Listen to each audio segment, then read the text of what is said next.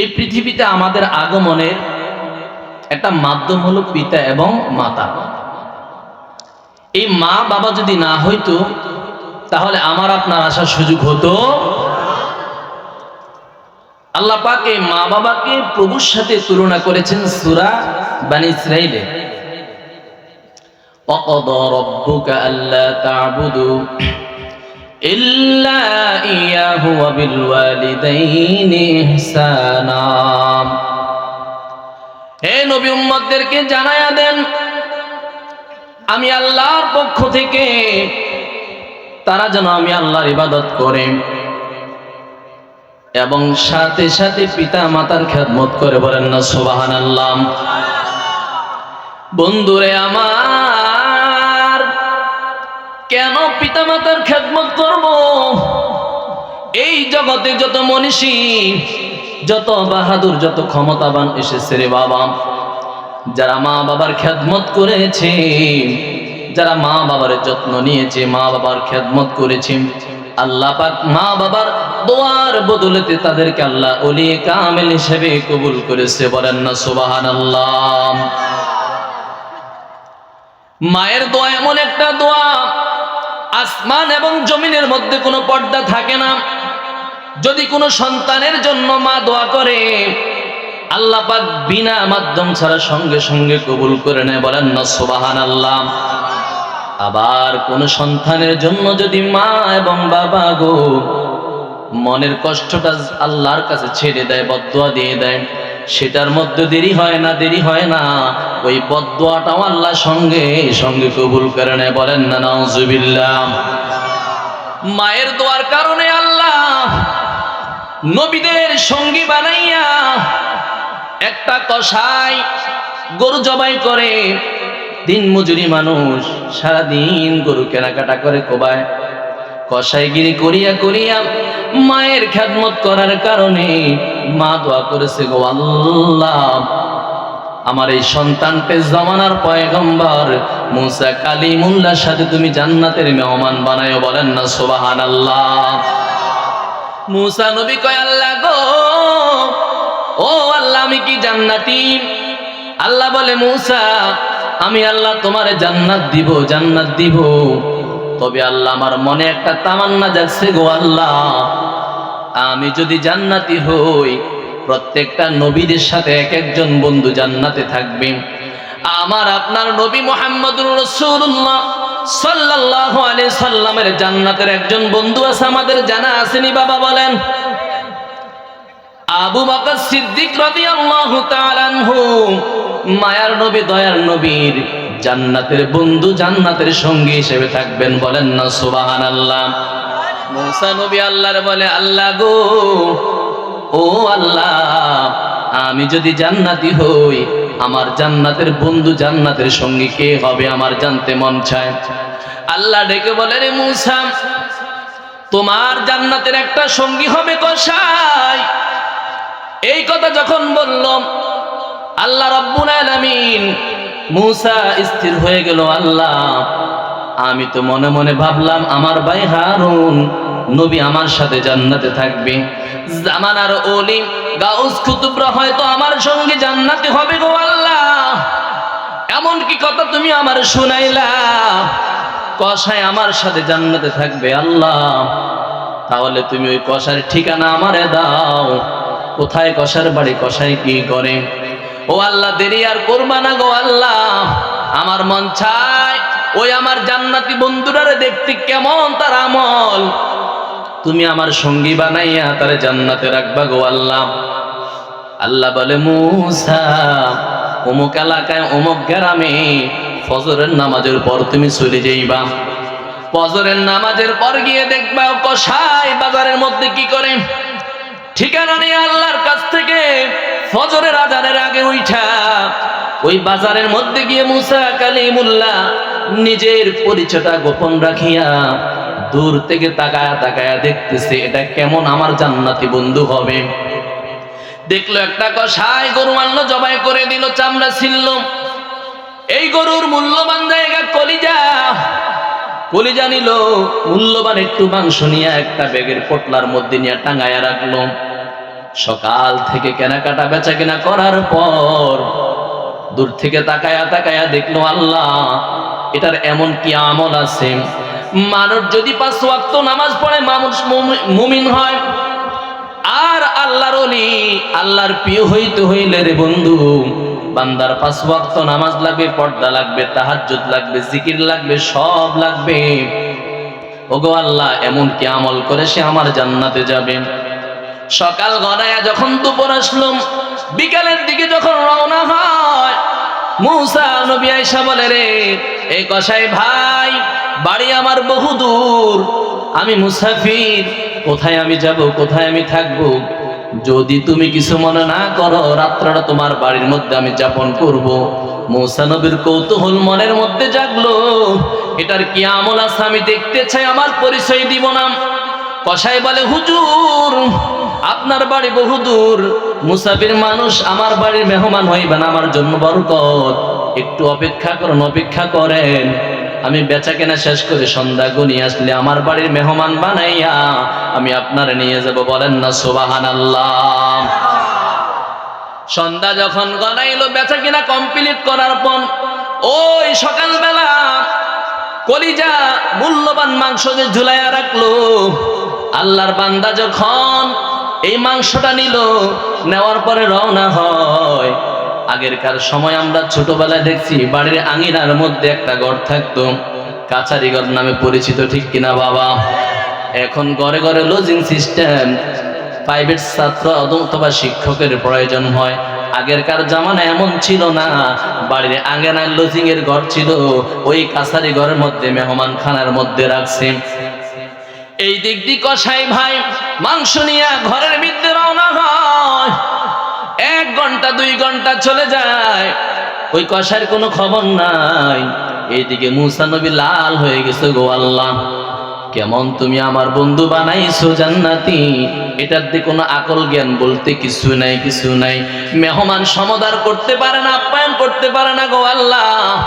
1 ঘন্টা 2 ঘন্টা যখন গনায় গেল, ওই দিক দিয়ে ওই কসাই ভাই ঘরের মধ্যে গিয়া মায়ের সেবা যত্ন করার পর সংক্ষেপে বলতেছে, রে বাবা, মনে পড়লো বাড়ির আঙিনার মধ্যে একজন মেহমান খানা রেখে আসলাম, দ্রুত যাই, দ্রুত যাই, ওই মেহমানের খবর নেই। মুসা নবীর কাছে যখন আসলো, রে বন্ধু, ও আমার বৃদ্ধ বাবাজিরা, যুবক ভাইয়েরা, দিলের কানটা লাগায় শুনো, গভীর রজনী পাখিরা নিজ নিজ বাসার মধ্যে ঘুমিয়ে পড়লো। কার জানি মা অন্ধকার কবরে, কার জানি বাবা অন্ধকার কবরে। ওই কবর থেকে বলে, রে সন্তান, রাত যায়, দিন যায়, বছর যায়, মাস যায়, আমি মায়ের কথাকে তোর মনে পড়ে না রে বাবা। বছরের পর বছর চলে যায়, এই কবরের মধ্যে রাখলাম, শীতের জন্য কম্বল কাঁথা গায়ে দাও, নিবারণ পাওয়ার জন্য, আরামে থাকার জন্য।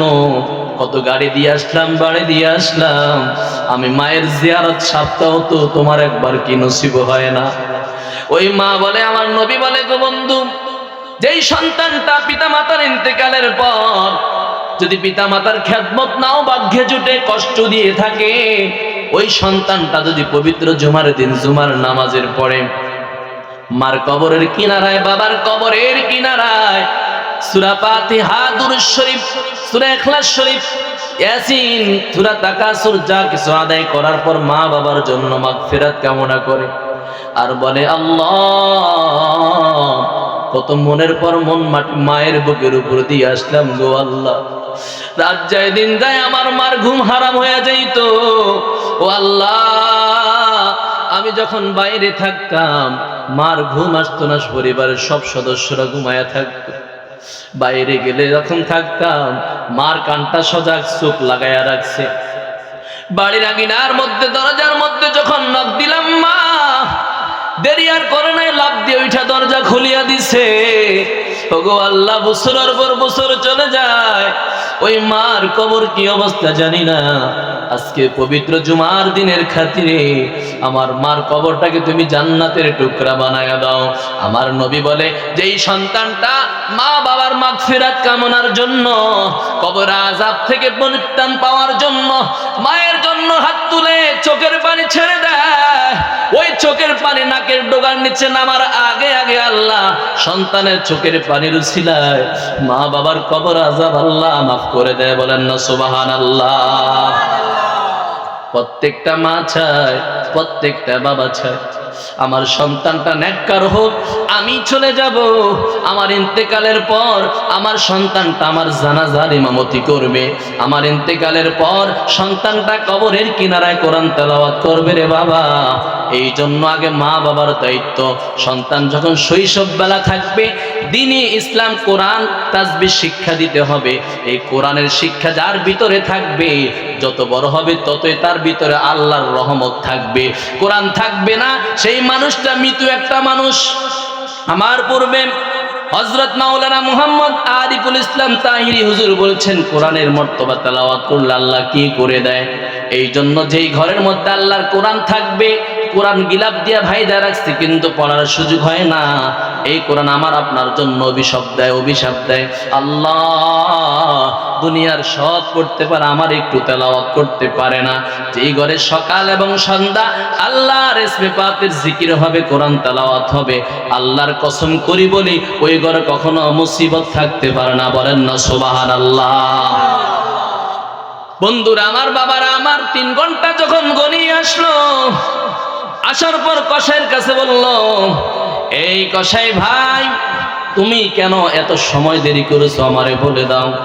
এই কথা বলার পর কসাইয়ের চোখ দিয়ে পানি বেয়ে বেয়ে পড়ে, হুজুর মাফ করে দিবেন, ক্ষমা করে দিবেন, অনেক সময় হয়েছে হুজুর, আমি আমার ভিতরে একজন বৃদ্ধা মা আছে, আজ থেকে 12-13 বছর পূর্বে আমার বাবা দুনিয়ার জমিন থেকে ইন্তেকাল করে চলে গেছে।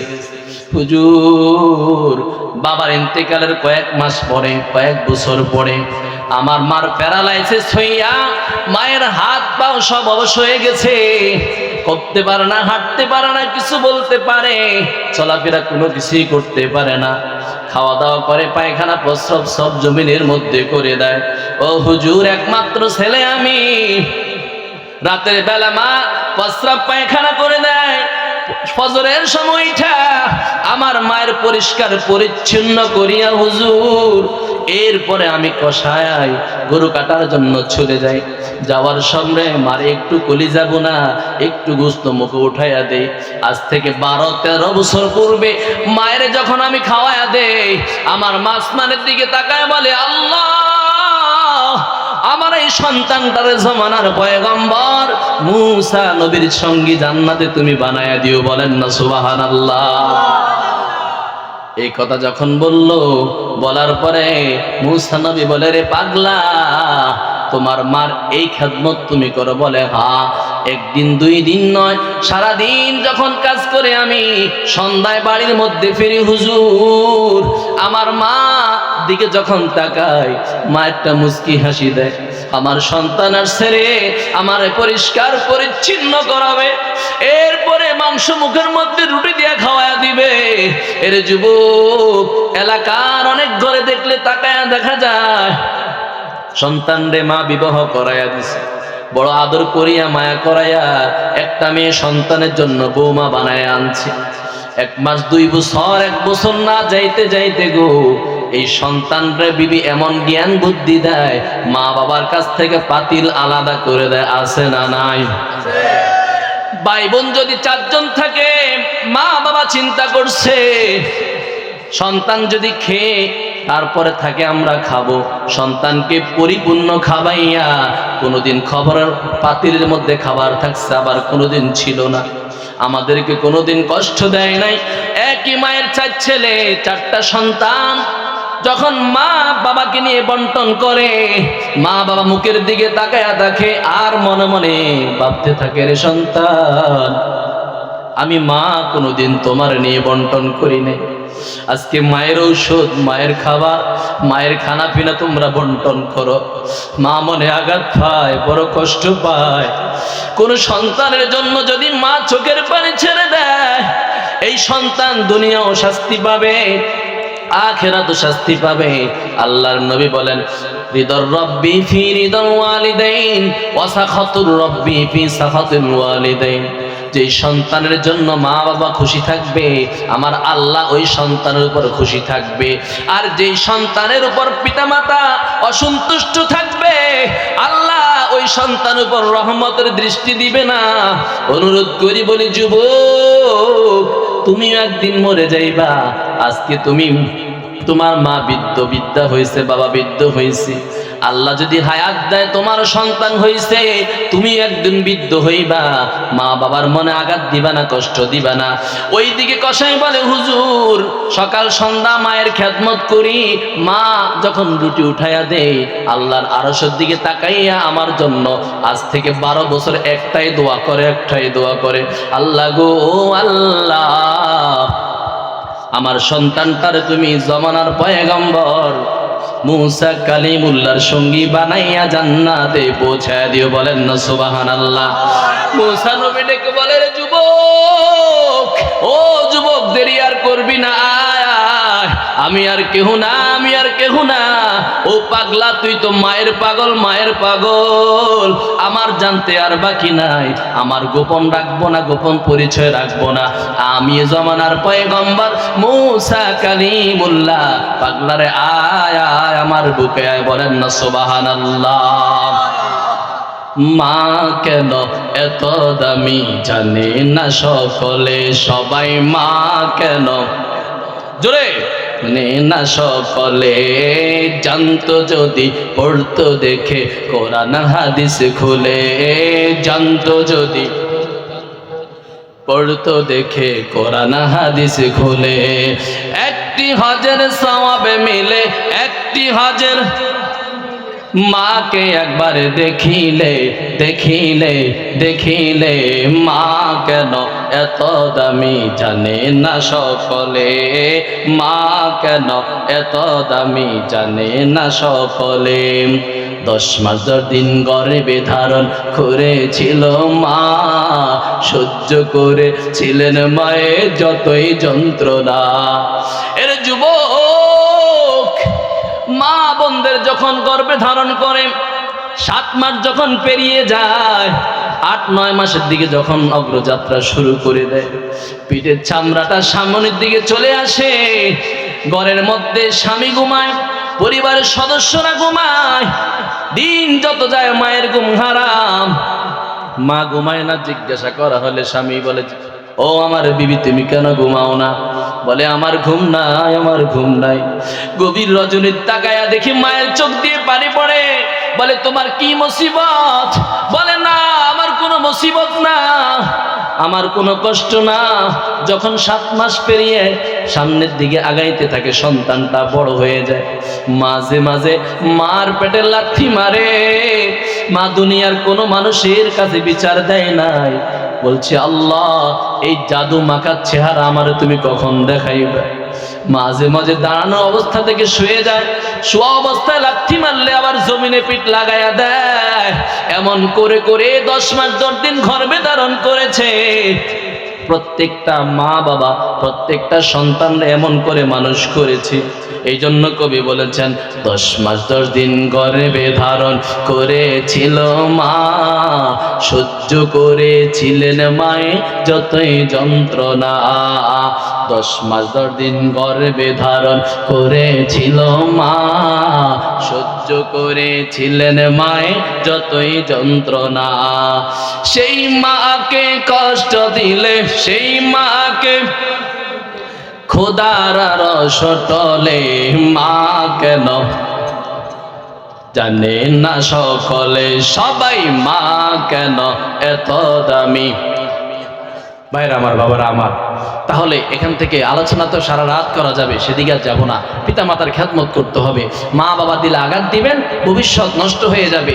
যদি কেউ মাতা পিতার আঘাত দিয়ে থাকেন, কথার দ্বারা, কর্মের দ্বারা, ব্যবহারের দ্বারা, কোনো কিচ্ছু দ্বারা, আজকে এখন মাহফিল থেকে মোনাজাত করে, মাগো মা, ও মা, যদি কোনো সন্তানের উপর মা নারাজ থাকে, কষ্ট পেয়ে থাকে, কথা বলে না, কিন্তু মা মনে মনে আশা করে সন্তান আমার প্রতি রাগ করে বিমুখ হয়ে আছে, কখন জানি কলিজার টুকরা আমারে মা বলে ডাক দিবে, মায়ের কলিজা ঠান্ডা হয়ে যাবে। বলেন না সুবহানাল্লাহ। এজন্য ভাইয়েরা আমার, বাবারা আমার, পিতামাতার মনে আঘাত দেওয়া যাবে না। মা বাবার কাছ থেকে সব সময় যেখানে যাবেন, যেখানে থাকবেন, দোয়া নেবেন। মা, দোয়া করো, আমার মুসিবত তুমি হলো সব কিছুর হাতিয়ার। দুনিয়ার আলেম, পীর, মাশায়েখ, মুহাদ্দিস, ওলি আল্লাহ যারা আছে, এদের কাছে দোয়া কবুল হবে, আলহামদুলিল্লাহ হবে। তবে আপনার আমার মা যদি কোনো সন্তানের জন্য খাস দিলে দোয়া করে, আল্লাহ সেটা ফিরাইয়া